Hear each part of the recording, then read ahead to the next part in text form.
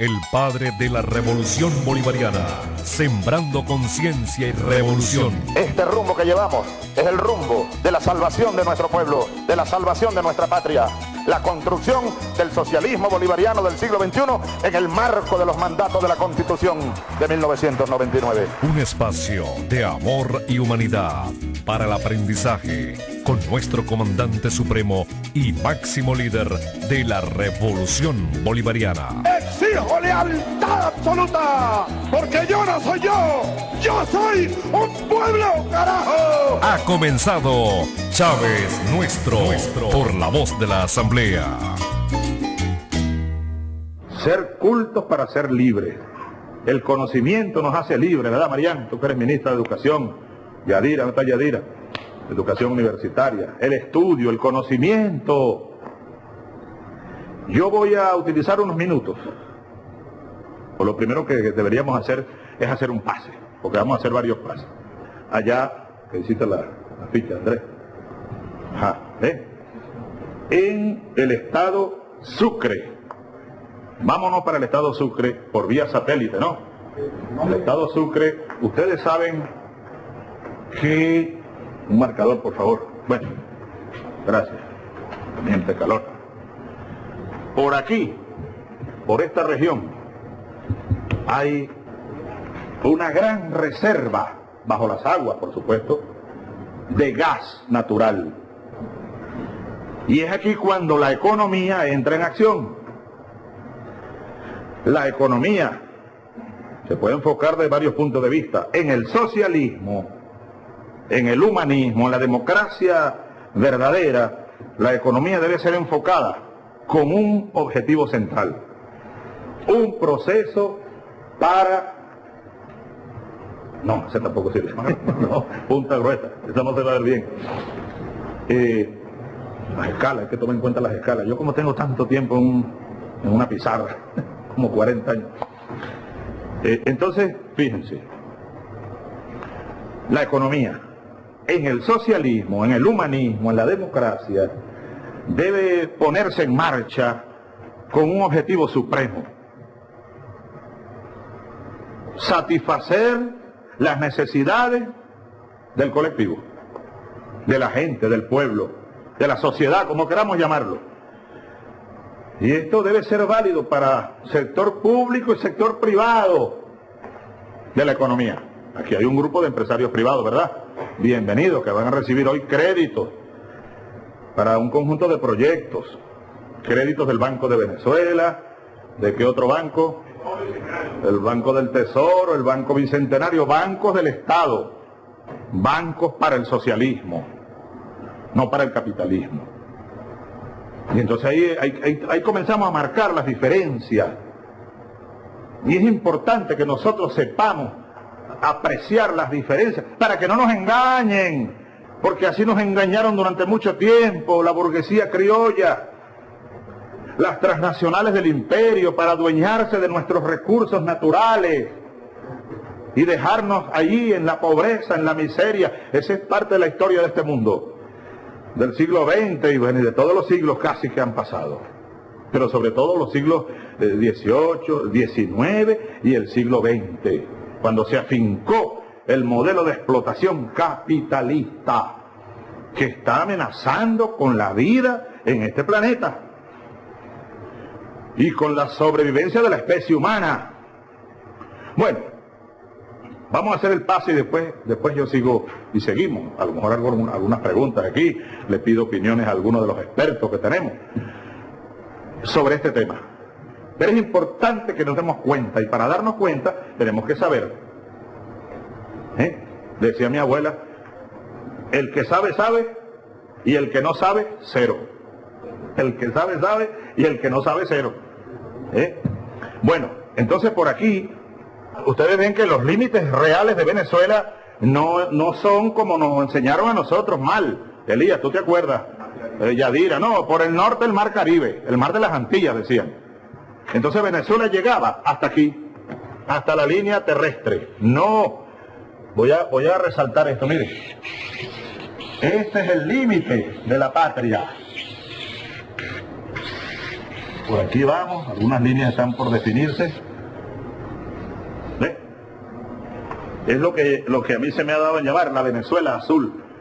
Es una extensión de territorio casi similar a tierra firme.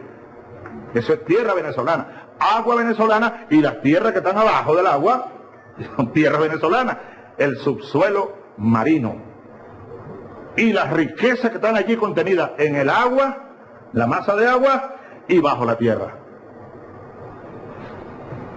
Y bueno, en el futuro se podrá vivir ahí, más aún en las islas. La población del mundo, Jorge, se ha duplicado, oigan bien, en los últimos 50 años. Se ha duplicado la población del mundo en los últimos 50 años. Bueno, Venezuela, cuando yo nací hace casi 60 años ya, éramos, si mal no recuerdo, unos 4 millones de venezolanos. Y hoy estamos llegando a 30. Pero en el mundo ya estamos por 7.000 y pico de millones de personas, habitantes de este planeta. Ahora esa población va a llegar a unos 10.000 millones o más en el 2050. Las proyecciones que hay. Hay el consumo y el agua, los alimentos y el espacio, ¿se dan cuenta? La energía, los recursos para la vida, por eso no hay que despilfarrarlo. Y bueno, y los nietos nuestros y los bisnietos, que el capitalismo derrocha todo, acaba con todo. El consumo del agua, por ejemplo, se ha duplicado en el mundo en los últimos años, en las últimas décadas, 3 décadas. El país que más derrocha agua se llama Estados Unidos. Y el que más derrocha petróleo y energía y todo eso.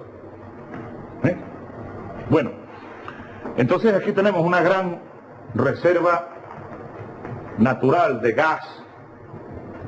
Por aquí. Después del pase vamos a hablar un poquito de esa reserva y qué estaba pasando aquí cuando llegó la revolución aquí al gobierno, cuando este soldado, llegamos aquí, Jordania, aquel día, 2 de febrero de 1999, aquí juramenté yo mi ministro, ¿no fue aquí? Jordania era uno, Navarro era otro, sobrevivientes de este trajinar. Nicolás no había ni nacido todavía, Yadira tampoco. Bueno, ahora vamos a hacer el pase entonces. Allá está Orlando Chacín, él es presidente de PDVSA Gas. Una de las cosas que a mí me decían aquí mismo, los magnates petroleros venezolanos que dirigían PDVSA, ¿te acuerdas, Eulogio? Es que aquí no había gas. No, que nos olvidáramos del gas. Orlando Chacín, Enrique Maestre, gobernador del estado Sucre, Antón Castillo, director de PDVSA Gas en la región, y un grupo de compañeros, trabajadores, trabajadoras de nuestra industria, de propiedad social, propiedad de todos, no de un sector, como antes era, y para beneficio de todos, socialismo, no capitalismo. Bueno, vamos a mostrar nosotros unas imágenes del gasoducto más largo que en este momento se está construyendo en este continente. Sumando el gasoducto bajo las aguas, llega a 740 kilómetros, porque una parte viene bajo las aguas y otra parte, bueno, sobre tierra firme, rumbo a Güiria. Y después de Güiria, rumbo a Naco. Le damos el pase, compañero, allá en el estado Sucre, el gasoducto monumental nororiental, y lleva el nombre del gran general que fue José Francisco Bermúdez. Orlando Chacín, adelante. Viviremos y venceremos. ¡Pa'lante, comandante! ¡Pa'lante, comandante! ¡Pa'lante, pa'lante, pa'lante, comandante! ¡Pa'lante, pa'lante, pa'lante, comandante! Buenas tardes, señor presidente. Aquí un saludo revolucionario de todos estos trabajadores comprometidos con esta revolución. Estamos aquí presentes en el corazón del estado Sucre, en el sector Aguascalientes de la parroquia Santa Inés del municipio Sucre, del estado Sucre. En este momento nos conseguimos aquí en la inspección de la construcción, como bien dijo usted, del gasoducto más largo que se está construyendo en toda Sudamérica, el gasoducto nororiental general en jefe José Francisco Bermúdez. Es muy importante, presidente, y a todos los presentes, que este gasoducto es uno de los gasoductos que, además de ser de los más largos, está atravesando las pendientes más complejas que se pueden conseguir en cualquier gasoducto en el mundo. Estamos consiguiendo pendientes de grados entre 50 y 70 grados. Eso crea unas dificultades impresionantes en términos de los equipos y las tecnologías que se utilizan para poder hacer el tendido. Este es un tendido de 36 pulgadas. Estamos exactamente en el tramo desde Cumaná hasta Muelle Cariaco, 64 kilómetros exactamente. Este es un gasoducto que, como usted sabe, va a recibir los primeros 300 millones de pies cúbicos del Campo Dragón del proyecto Maricar Sucre. Ese volumen de 300 millones va a ser utilizado para el mercado interno, fundamentalmente para atender todos los sectores prioritarios del país en el área, obviamente, de la termoeléctrica, en el área de la siderúrgica, en el área de la petroquímica y finalmente en el área residencial. Esta inversión está en el orden de los 1.600 millones de dólares. En este tramo específicamente estuvieron trabajando 300 de los 1.800 trabajadores que ha ocupado toda la longitud, como usted señala en su primera fase, de 470 kilómetros, desde Barbacoa hasta Guiria en el estado Sucre, y incluyendo el tramo desde Cariaco hasta la isla de Margarita, que son unos 54 kilómetros, de los cuales 22 kilómetros están como gasoductos submarinos. El resto de los 700 kilómetros es lo que se va a atender como segunda fase de este gran gasoducto de gran orgullo para este pueblo y para los trabajadores de PDVSA. Adelante, comandante. Oye, Chacín se parece como a Lula, ¿verdad? Chacín, un saludo. Desde aquí un saludo también al expresidente, amigo, hermano, Luis Ignacio Lula da Silva. Desde aquí, corazón a Lula.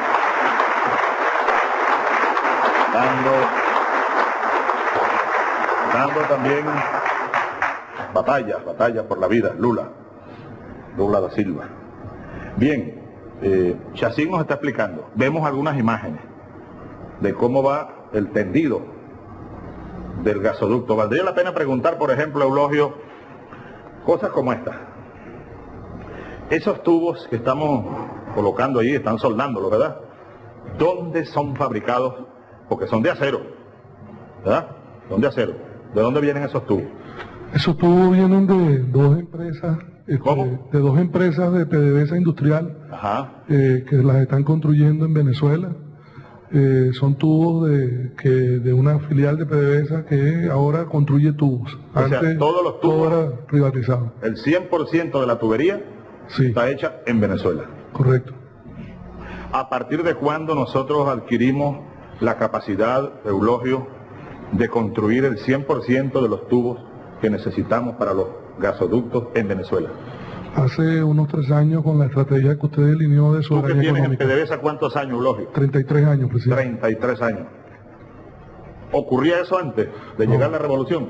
No, presidente. ¿De dónde todo- venían los tubos que ustedes compraban? Principalmente se importaban, presidente. Importados, pero ¿de dónde? Norteamérica, Europa. América, Japón, de muchos países. Incluso aquí había una empresa, ustedes recuerdan que Sidor, la siderúrgica del Orinoco, nuestra siderúrgica, que procesa el hierro que extraen nuestros trabajadores en Guayana, eso lo habían privatizado. Y teníamos una empresa, yo me cansé de hablar con aquellos señores, hasta que dije, no hablo más, y actuamos y la recuperamos. Pero ellos se llevaban de aquí la materia prima. Fíjense ustedes, vean lo que es el capitalismo transnacional. Se llevaban la materia prima, bien barata, porque además no pagaban la electricidad. En los convenios que firmó la Cuarta República, cuando gobernaban aquí estos señores que hoy pretenden volver a gobernar, pero bueno, ya Cristóbal Jiménez se los dice cantadito. ellos entregaron, Sidor, en los convenios, el Estado estaba obligado a subsidiar el precio del hierro. El precio del hierro y la energía eléctrica, que ustedes saben que el proceso siderúrgico utiliza bastante energía eléctrica, producida allá en el Gurí. Y aquellos empresarios privados se llevaban de aquí el hierro bien barato en los barcos hacia otros países de Norteamérica, y entonces nos vendían los tubos, traían los tubos, pues bien caros, ¿se dan cuenta? Pero así nos explotaron durante siglos, durante años de años. Por eso es que tenemos que darnos cuenta de las cosas.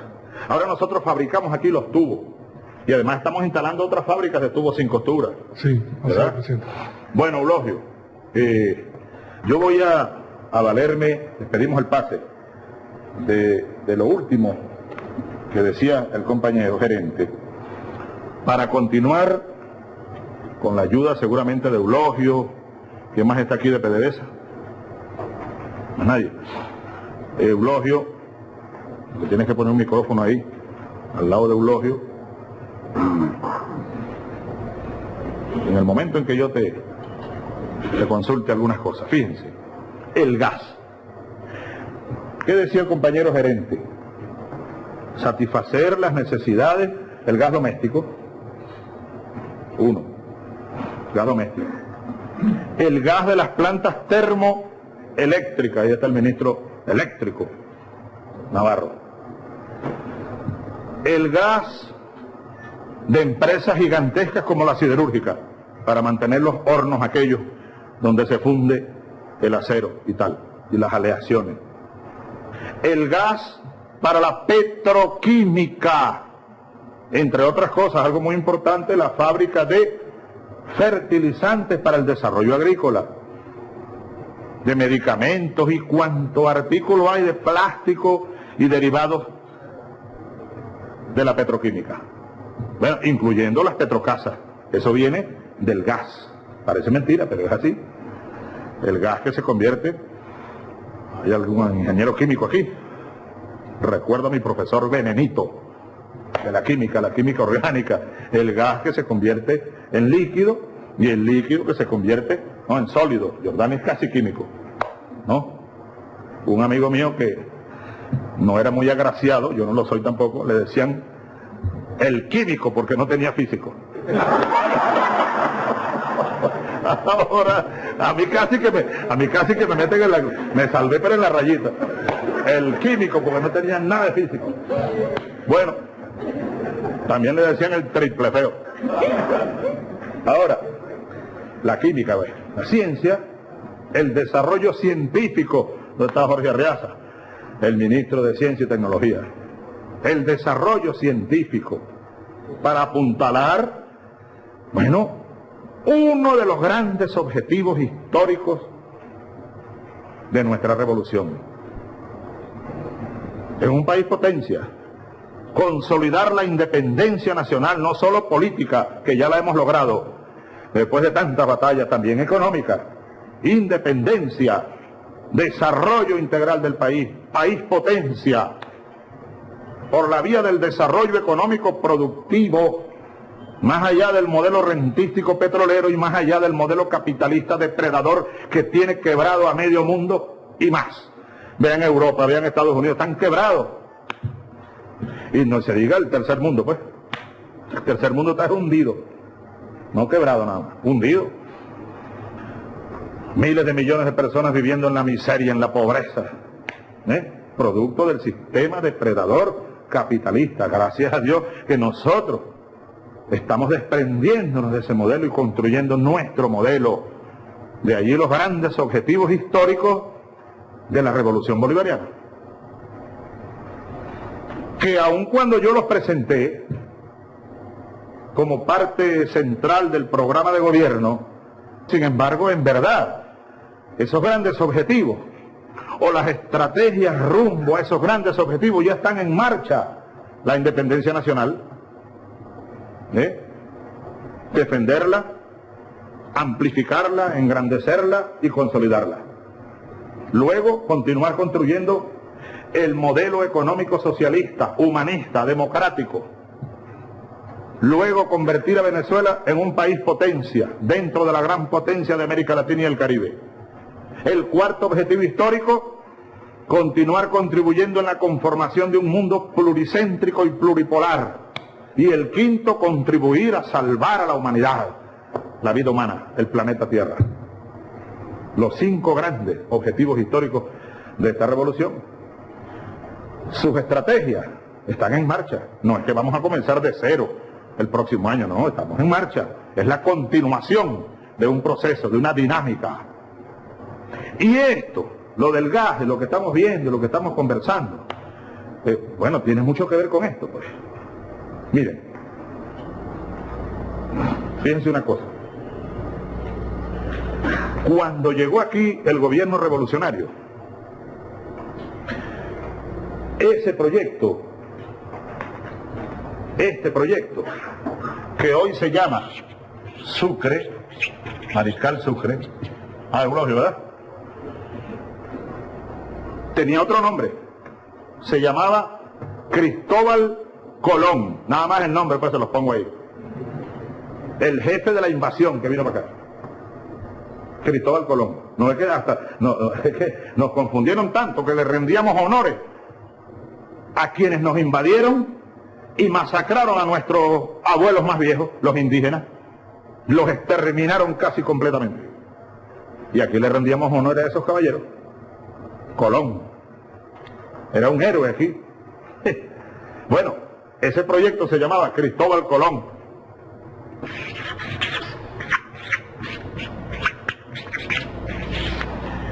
Allí había un grupo de empresas transnacionales de varios países y ya se había firmado el contrato, el convenio, Eulogio, ¿verdad? Tú recordarás. Explícanos mejor, Eulogio. Sí, allí todo ese gas se pensaba era para exportación y eran las empresas Exxon y Shell las que tenían... ExxonMobil y Shell, es decir, una gringa y una inglesa. Exacto. Y creo que una japonesa también estaba ahí. Sí. Porque a nosotros nos demandaron, a mí me amenazaron. Bueno, esa es una de las razones del golpe de Estado. Porque cuando empezamos nosotros a estudiar esto, y empecé yo a darme cuenta, y Ali Rodríguez Araque, y Rafael Ramírez, que estaba por allá en un cargo intermedio Presidente de Nagas. en el Instituto del Gas, por cierto. Yo lo llamé aquí varias veces y empecé a darme cuenta de quién era Rafael. ¿Quién es Rafael? Después conocí a Eulogio. Empecé a buscar gente de por allá abajo más bien. Asdrúbal. Dije, díganme la verdad, explíquenme. Entonces empezamos a estudiar. Ese convenio se había firmado y yo no estoy seguro si fue hasta el Congreso. Sí, presidente. Y lo aprobó el Congreso Nacional, entregándole el gas, una gigantesca reserva. ¿A cuánto llega en trillones de pies cúbicos, Eulogio? 8 trillones, presidente. 8. Sí. 8 Trillones. TCF. Sí. Esto en inglés, ¿no? Sí.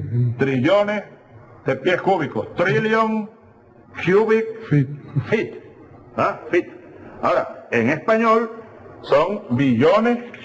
8 billones. Billones. Billones de pies cúbicos. pies BPC. cúbicos. Correcto. En español. Pero se utiliza universalmente el TCF, pues. Sí. Ahora, esa es una cantidad de gas muy grande. Pero hoy, Eulogio, ¿a cuánto estamos llegando nosotros ya después de todo este esfuerzo de recuperación de nuestra soberanía, de recuperación de yacimientos, de mares, de tierras y de agua, y de romper con aquellos convenios dañinos a Venezuela que firmaron Adecos, Copellanos y sus derivados cuando eran gobierno?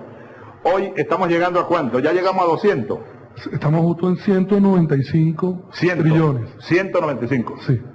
Reservas probadas. Sí. Miren, si aquí hay 8, nosotros tenemos ya 195 TCF de reservas probadas de gas. Pero la perspectiva es muy grande.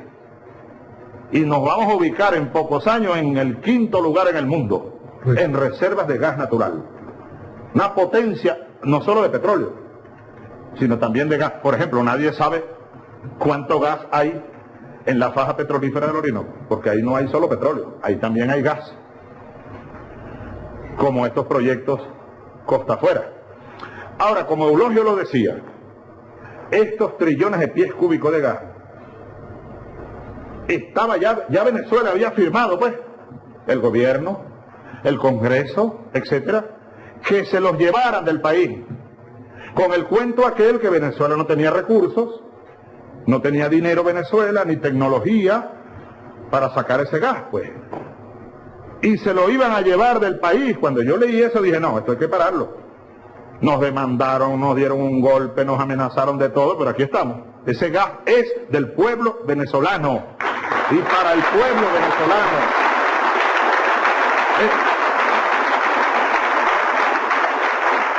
Ahora, una de las cosas que yo quiero es que la mayoría, si no todos, ojalá fueran todos, venezolanas y venezolanos, nos demos cuenta de la realidad. ¿Ves? Porque las campañas de desinformación a través de periódicos, televisoras, radios nacionales, internacionales, es una cosa bestial. Y va dirigida, mire, a la mente humana. Para confundir, pues. Para confundir, como cuando uno iba a darle una piñata y le daban vuelta así para marearlo. ¿Ves? Uno quedaba más para marearnos. Y robarnos, saquearnos nuestros recursos naturales. Y ellos enriquecerse a costa ¿de qué? De nuestros pueblos y su sufrimiento. Ese es el capitalismo, hermano. El socialismo es el único camino que nos ha permitido y nos seguirá permitiendo recuperar la independencia, recuperar nuestros recursos naturales, recuperar nuestras riquezas que son de nosotros y desarrollarlas primero para satisfacer las necesidades de nuestro pueblo y cooperar también con otros países, pero primero nuestras necesidades. Somos ya casi 30 millones como se sabe, pues. Bueno, ahora, otro proyecto grande que tenemos, y eso sí es verdad que ahí no se había explorado nada, eso era virgen. Aquí, en las aguas de Paraguaná y el Golfo de Venezuela, ¿cuántos TCF tenemos ya aquí, Eulogio? Allí tenemos recuperables 9 TCF, presidente. 9 TCF. ¿Probados? Sí. Estamos hablando de reservas probadas. Sí. Billones de pies cúbicos. Pero aquí la perspectiva es mucho mayor. Sí, presidente, solamente un bloque. Las primeras perforaciones ya dieron 9. La expectativa son 32. Y aquí en el delta, es decir, en el Atlántico, frente al delta del Orinoco, hay otro proyecto. ¿Cuál es la expectativa aquí? Allí también hay 10 TCF, presidente. Estas son cifras aproximadas. Trillones de pies cúbicos. Eulogio, tú nos puedes explicar, como tú explicas muy bien, porque mucha gente se preguntará, ¿qué es eso de TCF? Trillones de pies cúbicos. Una equivalencia, Eulogio. Equivalencia en barriles de petróleo, pues. ¿Cuál es la equivalencia de gas y petróleo? Para tener una idea más clara. Sí, 1.000 millones de barriles, presidente, que es un campo súper gigante. ¿Cómo? 1.000 millones de barriles, que es un campo, bueno, súper gigante, ¿no? 1.000 millones de barriles. ¿Equivale a cuánto? A 6 TCF. Ajá, vamos a ver. 6 trillones de pies cúbicos equivalen a 1.000 millones de barriles. A 1.000, esta pizarrita. Yo tenía el temor de que me pusieran esta otra vez. Porque me ponen la misma siempre. Y yo busquen otra porque tiembla. Cuando uno escribe, ellas parece que se puede caer. Agarre y Escalona, por favor. Ah, eso, correcto. Teniente Escalona. Primer teniente, ¿no? Primer teniente. Mira, pero todavía tiembla.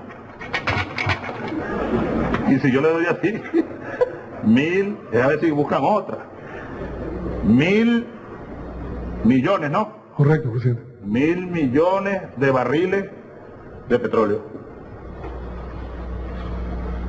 Ahora, si Venezuela tiene 200 trillones de pies cúbicos, ¿a cuánto equivale? Regla de 3 simple. Sí, eso serían unos 300.000 millones. Matemático. Matemático, rápido, regla de 3, sencillito. Si 6 Sí, se divide entre equivalen, 6. lo que pasa es que ustedes allá no ven porque el marcador es muy delgado. 6 trillones equivalen a 1000 Sí, son millones, 200 equivale a cuánto? unos 33.000 millones de barriles. Sería 33.000 millones de barriles, presidente. 200 entre 6. 3 por 6, 18, el 22, 20, puro 3, ¿verdad? 3, 3, ¿verdad? Correcto. 33.333 millones de barriles de petróleo. Eso es mucho. Claro, para nosotros no es mucho, porque la reserva nuestra de petróleo es de 300.000, es 10 veces eso. Sí, correcto. Pero esta es una cifra gigantesca. ¿Sí? Y estamos hablando de reservas que ya tenemos comprobadas. Estoy redondeando a 200. Pero Venezuela pudiera tener hasta 500 y más trillones de pies cúbicos de gas. Al ritmo que vamos. Para allá vamos, pues. Por eso digo, si nosotros, por alguna razón, compatriotas, llegáramos a perder, Dios nos libre, de nuevo, la independencia nacional, todo esto se iría. Si el majunchismo llegara aquí de nuevo, a esta casa, olvídese el pueblo, olvídense nuestros nietos de este potencial, ¿se lo llevarían? ¿Se lo llevarían? ¿Cómo se lo llevaron? Bueno, en el caso del gas ni siquiera fue que se lo llevaron. Más triste aún, lo quemaron. ¿Verdad, Jorge? ¿Cuántos trillones de gas tú crees que quemaron las empresas transnacionales desde 1914, por ahí? Bueno, 10, pero más o menos el 10 estábamos produciendo petróleo. Y por eso fue que los yanquis tumbaron a Cipriano Castro. Porque Cipriano Castro hizo un reglamento, ni siquiera fue ley de petróleo. Y no quería entregar el petróleo. Pero nos bloquearon los alemanes, los italianos, ¿quiénes más? Los ingleses nos bloquearon. Los franceses, y después vinieron los yanquis y tumbaron a Castro. Y vino Gómez, y aquí mismito en el cuarto de al lado donde dicen que sale por las noches, a mí nunca me ha salido. Sí, los soldados dicen que sale Gómez ahí. Y dice de noche. Pues si era deseado que me saliera. Para regalarle por lo menos un zapatazo le tiro. Un zapatazo le tiraría por traidor. Pues fue un traidor. Juan Vicente Gómez firmó aquellas llamadas concesiones por 50 años a las transnacionales, les entregó el petróleo y se llevaron de aquí. Nadie sabe cuánto petróleo, nadie sabe, porque ¿quién controlaba eso? Y el gas que salía junto con el petróleo, como sale, lo quemaron. Eulogio, ¿ustedes tienen algún cálculo? ¿Cuántos trillones quemarían? Sí, nosotros una vez hicimos un cálculo del orden de 15, 16 TCF, presidente. En 100 años, creo que más. Sí. A lo mejor se quemó mucho porque el gas era... Nadie sabe cuánto. Sí. Lo quemaron, pues. Hay una carta que le mandó Orlando Araujo. ¿A quién era? Están los viejos, José Vicente no vino, es el que sabe. Unas cartas de Orlando Araujo hablando de los mechurrios, que cada mechurrio era una vergüenza patria, porque se estaba quemando el mechurrio, quemando la riqueza, ¿sí? El desarrollo del país, el gas. Pero bueno, digamos que la revolución bolivariana llegó a tiempo. Lo importante es que no se vaya otra vez. Y sobre todo le hablo a los más jóvenes. Silvia, ¿verdad? Más jóvenes. Poporito, los más jóvenes. Ustedes, los más jóvenes. Ustedes, los más jóvenes. ¿Cuántos hijos tienen ya? 4, muchachos. Bueno, por eso hay que pelear y luchar duro por su futuro, por su vida, para que vivan en un país de verdad, no en un país portátil, partido en pedazos, lleno de miseria y de hambre, como el país que nosotros vivimos y del cual brotamos en rebelión, en revolución. Esa es la verdad. Esa es la verdad. Por ahí dicen algunos que cuando preguntan los encuestadoras que 60% apoyan a Chávez, dicen algunos. Bueno, una vez me dijo Fidel Castro, Chávez, oye, esos 4 millones que no te apoyan, es mucho. Porque ellos no tendrían razones para no apoyarte. Aquí los que tendrían razones y tienen para no apoyarme, incluso para odiarme y hasta desear mi muerte y lo peor para nosotros, son los ricachones más ricos. La gran burguesía, esos sí tienen razones. ¿Ve? ¿No ve que ellos vivieron a su antojo aquí? Hicieron lo que les dio la gana. Ahora se les acabó el pan de piquito. Pero la clase media. ¿Alguien ha ido a Estados Unidos? Vayan para que vean la clase media norteamericana perdiendo viviendas, perdiendo vehículos, perdiendo trabajo. La clase media europea le están quitando hasta las pensiones. Correcto. Se están alargando la edad de jubilación. El desempleo en España está por encima del 20%. Y esos son supuestamente los países desarrollados. Démonos cuenta. Yo no pido que a mí se me quiera. ¿Qué importo yo? Lo que sí importa es esta patria. Que se quiera a esta patria. Eso sí.